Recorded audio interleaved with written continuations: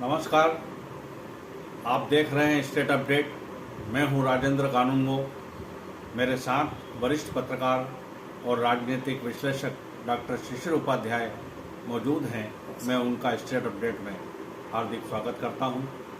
और साथियों, जैसा आप जानते हैं, हम ताज़ा और नए विषयों पर चर्चा करते हैं। तो अभी जो हाल ही में बीजेपी ने मध्य प्रदेश में अपने प्रत्याशियों की चौथी सूची जारी की है। उस सूची में 24 तो शायद मंत्री हैं और जो है बाकी 57 जो है वो प्रत्याशी इसमें टोटल घोषित किए हैं। इसमें कुछ लोगों के टिकट अभी रोके गए हैं। लगभग 8 मंत्रियों के टिकट अभी डिक्लेयर नहीं किए हैं और बहुत सारी इसमें अभी चर्चाएं इस बारे में चल रही हैं। तो मैं डॉक्टर शिशिर उपाध्याय से ये अनुरोध करूंगा कि वो हमारे स्टेट अपडेट के जो दर्शकगण हैं उनको इस पूरी स्थिति से अवगत कराएं कि ये आखिर इस बार टिकट का वितरण का जो चौथी सूची का खेल है वो किस प्रकार से बीजेपी ने किया है। नमस्कार।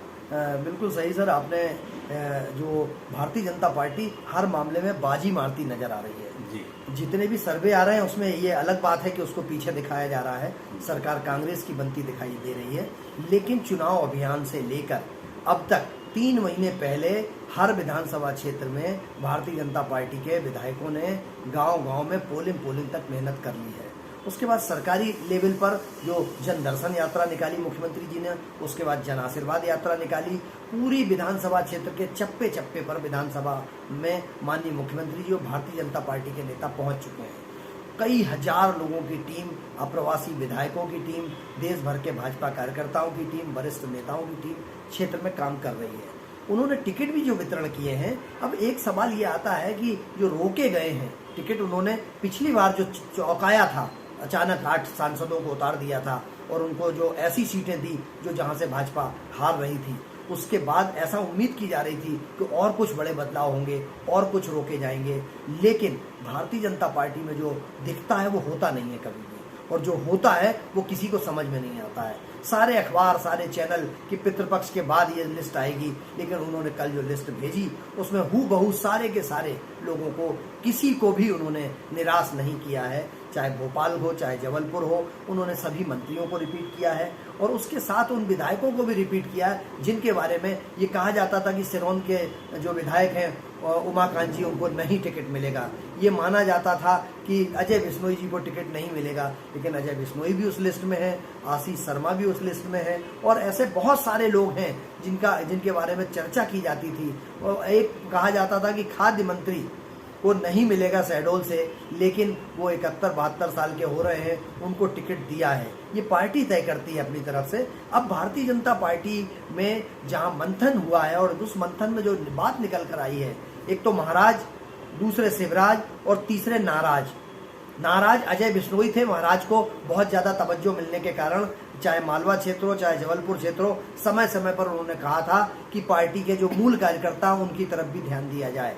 ऐसा माना जा रहा था अजय बिश्नोई को इसकी सजा मिलेगी, लेकिन उनको टिकट दिया गया है। साधने की कोशिश की गई है कि महाकौशल में असंतोष न फैले। वहीं महाराज के सारे लोगों को दे दिया गया है। अब जो लिस्ट है, इंतजार इस बात का है कि सिसोदिया जी का टिकट क्यों रोका गया होगा, क्योंकि गुना क्षेत्र से जो र्यूमर चल रही थी कि बमोरी क्षेत्र से, अगर ऐसा तो नहीं कि कहीं ज्योतिरादित्य सिंधिया वहां से चुनाव लड़ना चाह रहे हो और उनको कहीं और शिफ्ट किया जा रहा हो, ऐसे जो कुछ लगभग 8 दर्जन अभी टिकट जो रुके हुए हैं, उन टिकटों का मुझे लगभग 6-7 दर्जन जो टिकट अभी रुके हुए हैं और उन टिकटों पर हो सकता है ऐसे कुछ निर्णय हो सकते हो। भारतीय जनता पार्टी में जिस तरह से बात चल रही थी, जैसा बदलाव की बयार चल रही थी, उन्होंने सारे नेताओं को और नेता पुत्रों को खासकर निराश किया है। गोपाल भार्गव जी अपने सुपुत्र के लिए अपेक्षा कर रहे थे, कैलाश जी अपने बेटे का उनका टिकट काट के उनको दे दिया गया, दतिया से नरोत्तम मिश्रा जी को दे दिया क्योंकि सुकर्ण को नहीं दिया है वहाँ से। उसके अलावा जो दूसरे अन्य नेता लोग थे जो चाहते थे कि उनके पुत्रों को मिले, तो पुत्रों को टिकट नहीं मिला है। और एक बार फिर भाजपा ने अपना वो क्राइटेरिया शिथिल किया है जिसमें वो कहते थे कि इतने साल की उम्र के बाद अब चुनाव की राजनीति से दूर होके संरक्षक मंडल में। तो ऐसा लगता है कि गोपाल भार्गव हो, चाहे बिसाहू लाल सिंह हो, चाहे जगदीश देवड़ा हो, कोई भी नेता हो, इनको एक मौका और दिया है कि 5 साल और आप अगर विधायक बन जाते हैं तो 5 साल और सक्रिय राजनीति में कार्य करें। 75-76 के बाद फिर उनको ये माना जाएगा कि अब किसी ऑप्शन पे देखा जाएगा। ये जो नेता पुत्र पुत्रियों की बात हो रही है, तो बालाघाट से गौरी शंकर बिसेन को अभी टिकट डिक्लेयर नहीं किया है। वो अपनी पुत्री मौसमी बिसेन के लिए उन्होंने नाम आगे बढ़ाया है। उस मामले में क्या निर्णय होने की संभावना आपको लग रही है? सर, ये स्पष्ट है कि भारतीय जनता पार्टी अब किसी भी नेता या स्थानीय नेता के दबाव में ऊपर नेतृत्व अपना निर्णय नहीं लेता है। जो उनको निर्णय लेना है, बहुत सारे लोग कासा लगाए हुए थे, संभावनाएं व्यक्त कर रहे थे कि इसका टिकट कट जाएगा, इसका टिकट कट जाएगा, इसको नहीं मिलेगा, उसको नहीं मिलेगा। भोपाल में एकमात्र उमा शंकर गुप्ता जहां से लड़ते थे, क्योंकि उमा शंकर गुप्ता हार चुके हैं, इसलिए उमा शंकर गुप्ता वाली सीट जो है उसको रोका गया है। ऐसा ही गौरी शंकर बिसेन वाली सीट पर गौरी शंकर बिसेन को दिया जाए। गौरी बिसेन समाज वहाँ बहुत है और ये समाज का अपना आधिपत्य है। और अगर गौरी शंकर बिसेन, ढाल सिंह बिसेन या मौसम बिसेन, जिनको भी देना है मौसमी बिसेन को, वो अगर उन पर कुछ निर्णय करने के लिए, पारिवारिक निर्णय करने के लिए उसको रोका गया होगा, मुझे ऐसा लगता है कि जल्द ही वो डिक्लेयर हो जाएगी। क्योंकि अभी दमोह से भी डिक्लेयर होना है जयंत मलैया जी या उनका पुत्र किसको दी जाती है। इसी के साथ साथ कुछ और ऐसी सीटें हैं जिन सीटों पर विवाद की स्थिति बन रही थी और उनको अगली सूची में, और मुझे लगता है कि जल्द ही सूची आएगी। कांग्रेस इंतजार करती रह जाएगी 15 के बाद, 16 के बाद, 17 के बाद, लेकिन 16 से तो नामांकन शुरू हो जाएंगे। इसलिए भारतीय जनता पार्टी की जल्द ही बैठक होगी और सारे निर्णय फटाफट कर दिए जाएंगे। माननीय मुख्यमंत्री जी के सुपुत्र के लिए भी इस प्रकार की चर्चाएं सुनी जा रही थी कि इस बार बुद्धि से वो चुनाव लड़ सकते हैं, कार्तिकेय चौहान। तो इस बारे में कोई निर्णय नहीं हो पाया और शिवराज सिंह चौहान जी को ही बुधनी से उम्मीदवार बनाया। तो पार्टी बिल्कुल इस बार नेता पुत्रों को और पुत्रियों को ओबलाइज नहीं करना चाहती, ऐसा प्रतीत हो रहा है। अब यदि हम और कुछ बात करें तो जो मंत्री लोग छूट गए हैं, हाँ, इंदर सिंह परमार और दूसरे जो मंत्री हैं, सिसोदिया जी, तो इसके बारे में आप थोड़ा सा खुलासा करें कि इसका क्या कारण हो सकता है? सर देखिए, अभी चूंकि इन्होंने बहुत सारे मंत्रियों के टिकट रोके हुए हैं और ये वहाँ उनके बारे में रिपोर्ट मिली थी कि इनकी जगह बेहतर अफसर, इनकी अच्छी रिपोर्ट नहीं है। जो निर्णय करे हैं वो निर्णय विचार करके किए हैं, जीतने वाले को ही देने की बात की है। और इन सीटों पर कुछ, जैसे एक भोजपुर सीट बहुत महत्वपूर्ण सीट मानी जाती है और वो भाजपा का गढ़ है। सुंदरलाल पटवा जी उसमें थे, स्वर्गीय सुंदरलाल पटवा लंबे समय तक वहाँ से, उसके बाद उनका भतीजा वहाँ से विधायक रहा।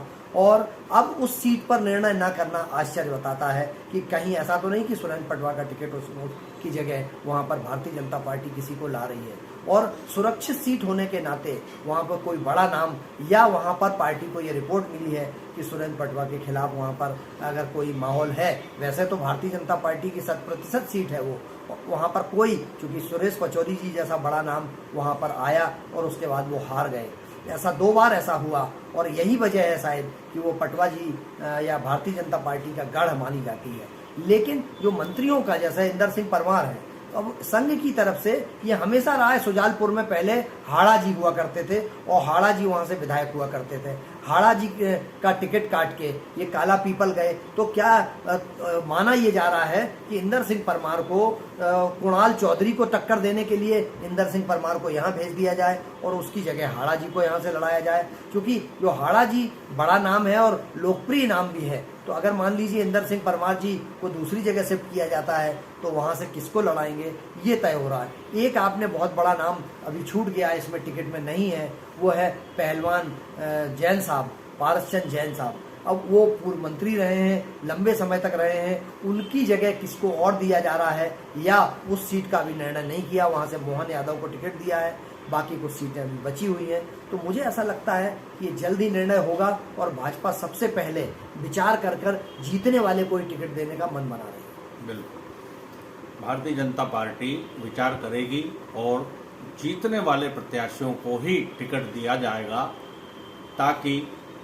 भारतीय जनता पार्टी की मध्य प्रदेश में फिर से सरकार बन सके। अच्छे बहुमत के साथ भारतीय जनता पार्टी चुनाव में विजयी होकर लौटे और प्रदेश की सेवा कर सके, प्रदेश के विकास को और आगे बढ़ा सके। इन्हीं शब्दों के साथ आज की ये चर्चा हम समाप्त करते हैं और मैं डॉक्टर शिशिर उपाध्याय का बहुत बहुत धन्यवाद अदा करता हूँ कि वो यहाँ पर पधारे।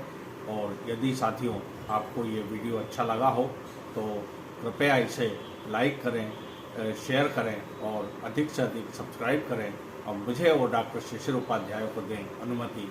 नमस्कार।